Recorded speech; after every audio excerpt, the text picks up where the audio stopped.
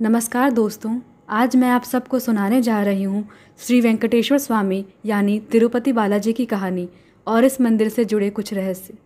भारत को मंदिरों का देश कहा जाता है। इसी वजह से भारत में हर साल लाखों पर्यटक सिर्फ मंदिर देखने और भगवान के दर्शन के लिए आते हैं। भारत में सबसे प्रसिद्ध मंदिर या फिर सबसे ज़्यादा पर्यटकों वाला मंदिर अगर कोई है तो वह है तिरुपति बालाजी मंदिर।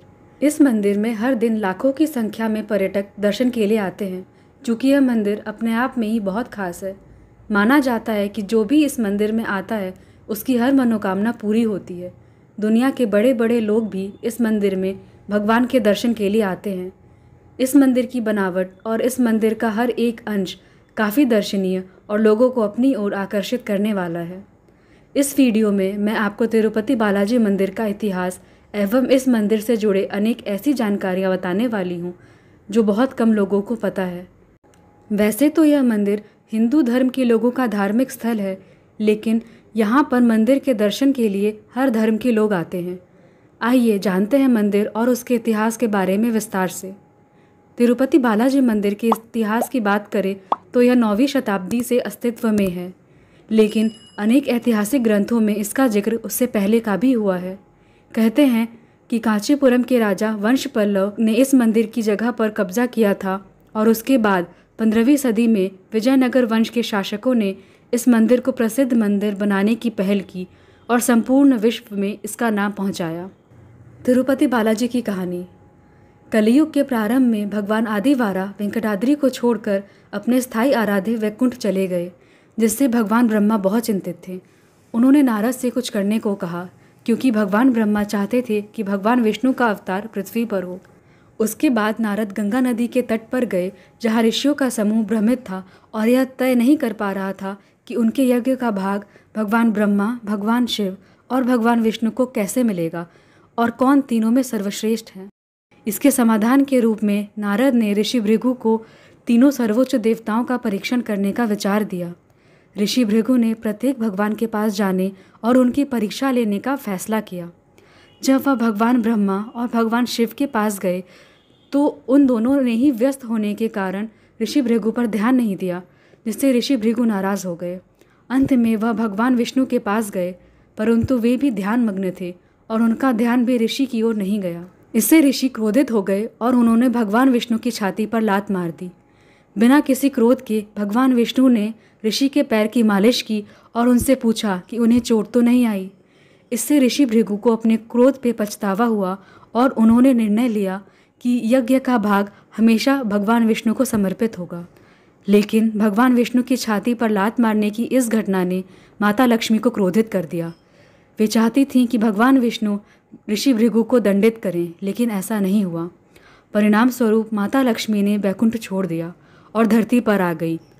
भगवान विष्णु माता लक्ष्मी जी के वैकुंठ छोड़कर जाने पर बहुत दुखी थे और उन्होंने माता लक्ष्मी की तलाश में एक दिन वैकुंठ छोड़ दिया और विभिन्न जंगलों और पहाड़ियों में माता लक्ष्मी की खोज में भटकने लगे। लेकिन उसके बावजूद भी माता लक्ष्मी को खोज नहीं पा रहे थे और परेशान होकर भगवान विष्णु जी वेंकटाद्रि पर्वत में एक चींटी के आश्रय में विश्राम करने लगे। भगवान विष्णु को परेशान देखकर भगवान शिव और भगवान ब्रह्मा ने विष्णु जी की मदद करने का फैसला किया। इसलिए वे गाय और बछड़े के रूप में माता लक्ष्मी के पास गए। देवी लक्ष्मी ने उन्हें देखा और सत्तारूढ़ चोल राजा को सौंप दिया, लेकिन वह गाय सिर्फ श्रीनिवास को दूध देती थी, जिस कारण चरवाहे ने उस गाय को मारने की कोशिश की और भगवान विष्णु जी के रूप श्रीनिवास ने चरवाहे पर हमला करके गाय को बचाया। इससे क्रोधित होकर उन्होंने चोल राजा को एक राक्षस के रूप में जन्म लेने का श्राप दे दिया। राजा की दया प्रार्थना को सुनकर श्रीनिवास ने कहा कि राजा को मोचन तब मिलेगा जब वह अपनी बेटी पद्मावती का विवाह श्रीनिवास के साथ करेंगे।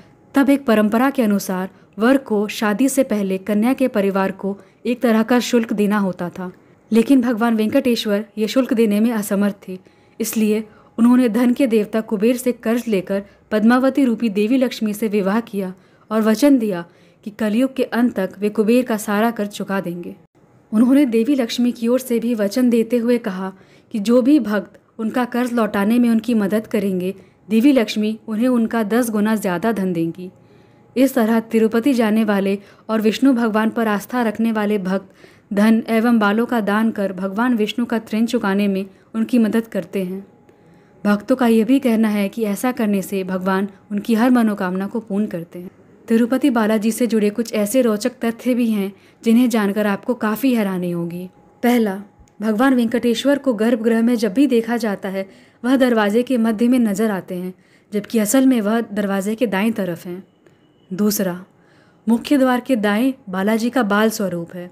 बाल्यावस्था में उनकी ठोड़ी से रक्त आया था और वह निशान अभी तक है। उसी समय बालाजी को ठोड़ी पर चंदन लगाने की प्रथा शुरू हुई थी, जो आज तक विद्यमान है। तीसरा, कहते हैं कि बालाजी के सर पर रेशमी बाल असली हैं एवं वे कभी उलझते नहीं हैं। चौथा, माना जाता है कि जब भी प्रतिमा के पास जाकर कान लगाया जाता है तो प्रतिमा से नदियों की आवाज़ आती है।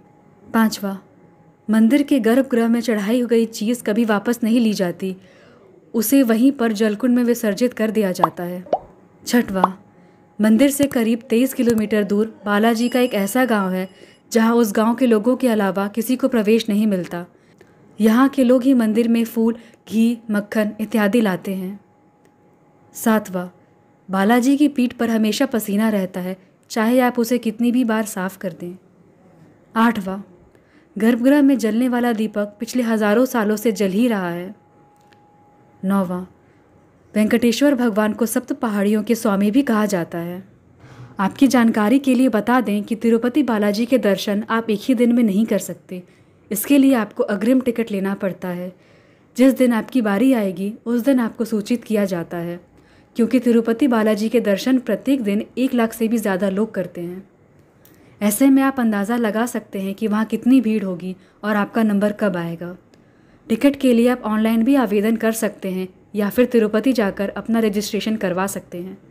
हिंदू धर्म के लोगों के लिए किसी भी तरह के फॉर्म को भरने की ज़रूरत नहीं है, लेकिन अगर आप गैर हिंदू हैं तो आपको एक फॉर्म भरना होगा। उसके बाद आपको टिकट या टोकन दिया जाएगा। टोकन मिलने के बाद आपको अपनी बारी का इंतज़ार करना है और वहाँ पर बनी रेलिंग की मदद से आपको मंदिर में प्रवेश दिलाया जाएगा। तिरुपति बालाजी का प्रसाद भी बहुत लोकप्रिय है।